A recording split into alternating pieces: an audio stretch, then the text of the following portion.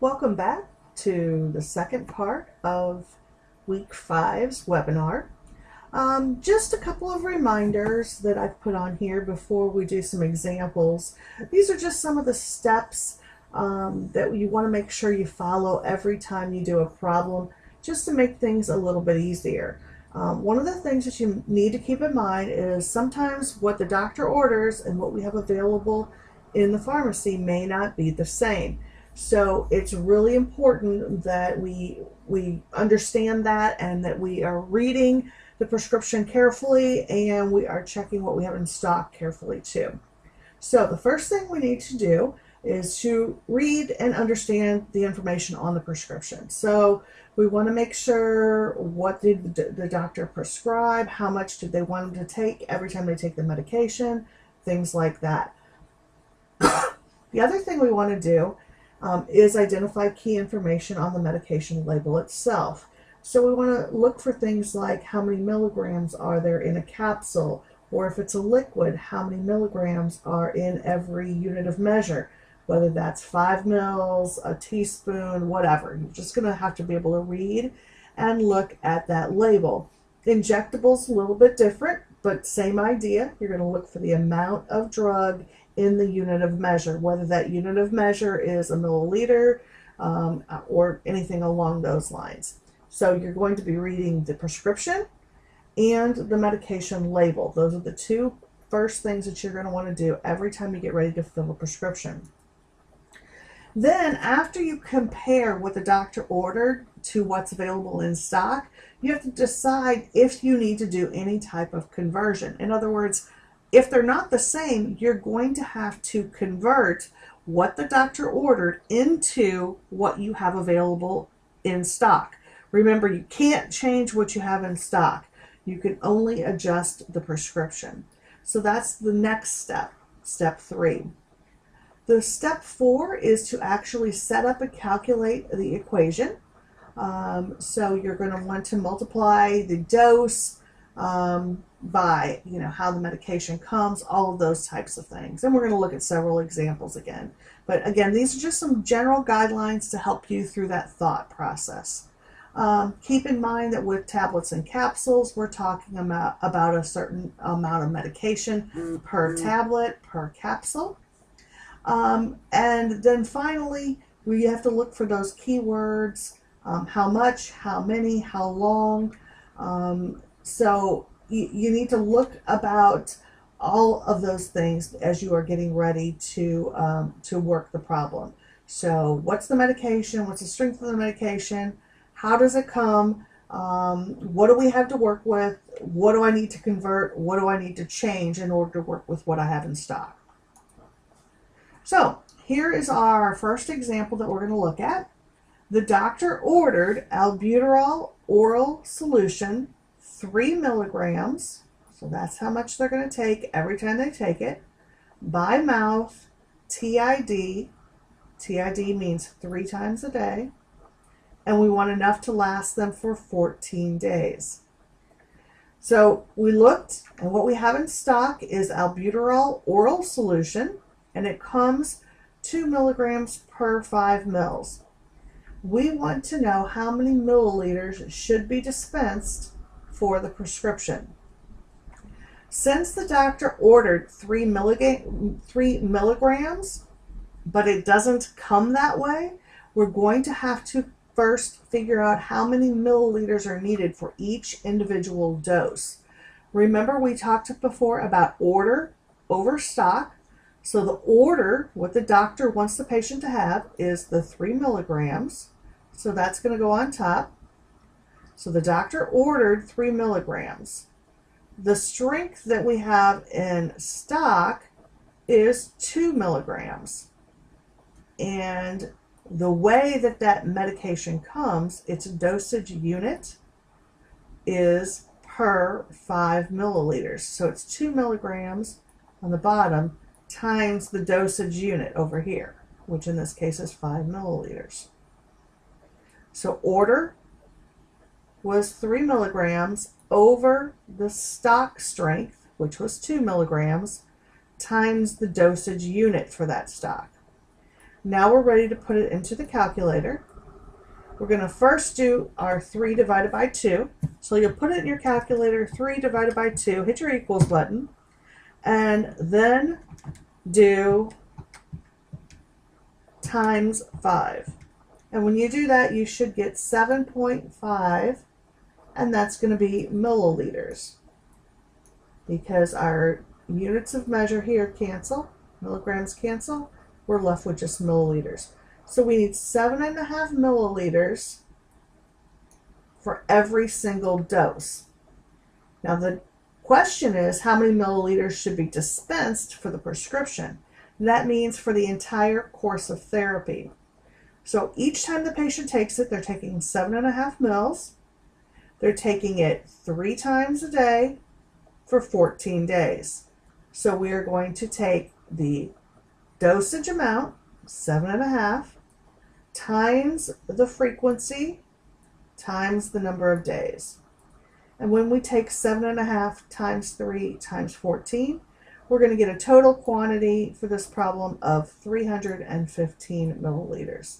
That's the amount that we're going to dispense to last for the course of therapy. Here's our next question. We have QPAP, which is just a brand name for a generic form of acetaminophen, Tylenol.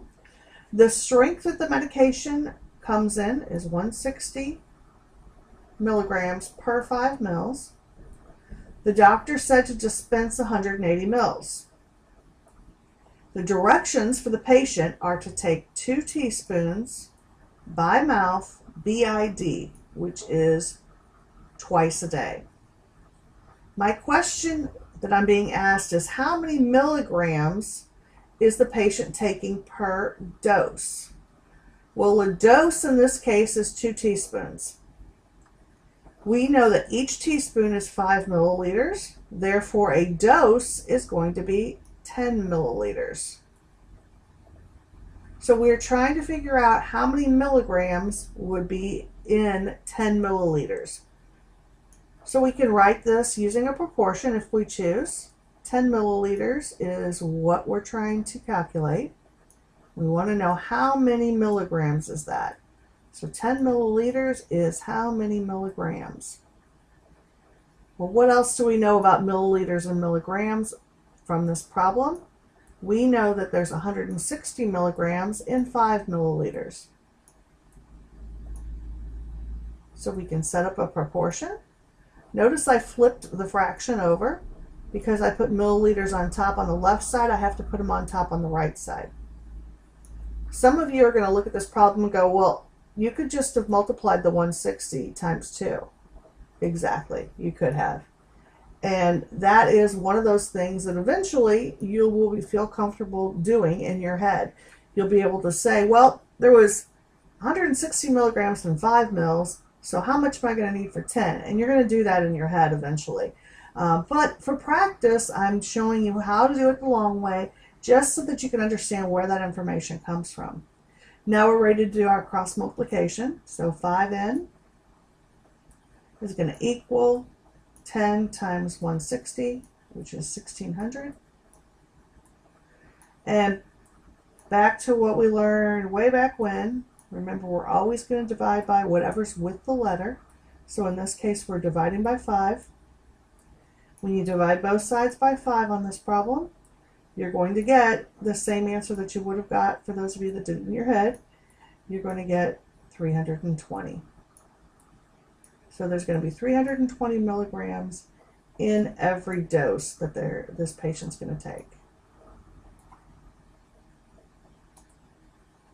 This prescription is for Zovirax, 400 milligrams, 1 tablet by mouth 5 times a day, and we're going to dispense 100. We want to know how many days will the prescription last the patient. So in other words, we want to know if the patient takes it the way they're supposed to, how long will this medication last?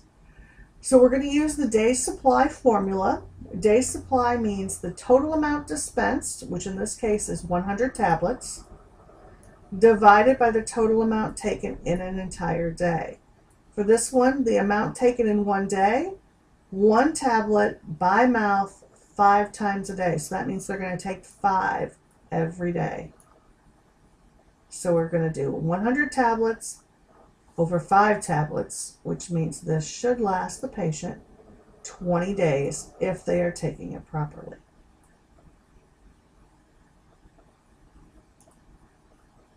Last but not least is an example of a business calculation. A little bit different than what we've been doing before. This is talking about the quantity or the dollar amount of increase in prices and the actual percent of markup. So there's 2 formulas that you need to know how to use. The first is just how to find the difference, which is just subtraction. So on this particular question, we've got a model of glucometer test strips. They have an invoice price of $41. That's how much we paid for them. We're selling them for $61.50. And we want to know what's the markup in dollars and cents and in percent. So when we talk about the markup in dollars and cents, we're just talking about the difference between what we're selling it for compared to what we bought it for. So that's where this first calculation comes from. It's our final price minus our initial price, our cost. So in this case, we have a $20.50 markup. Now we also want to know how does that represent as far as a percentage goes. So in order to calculate the percent of markup, we always use the difference. This is actually flipped. This should be the other way around. The difference goes on top, $20.50, over the initial price, the starting price. And then you're going to take that times 100 to get your percent. So in this case, the difference was $20.50 over the initial price, which was your starting price, and then we take that times 100 to change it to a percent. So this one was a 50% markup. So just notice here, guys, I have this flipped around for some reason. I'm not sure what happened there. So this is flipped around. It should say difference over initial instead of initial over difference. As always, guys, if you run across any problems or questions as you're doing these assignments, please feel free to reach out to me. You can always give me a call, 618-979-4520, or you can send me an email and I'd be happy to help you. Thanks a lot. Have a great week. Bye-bye.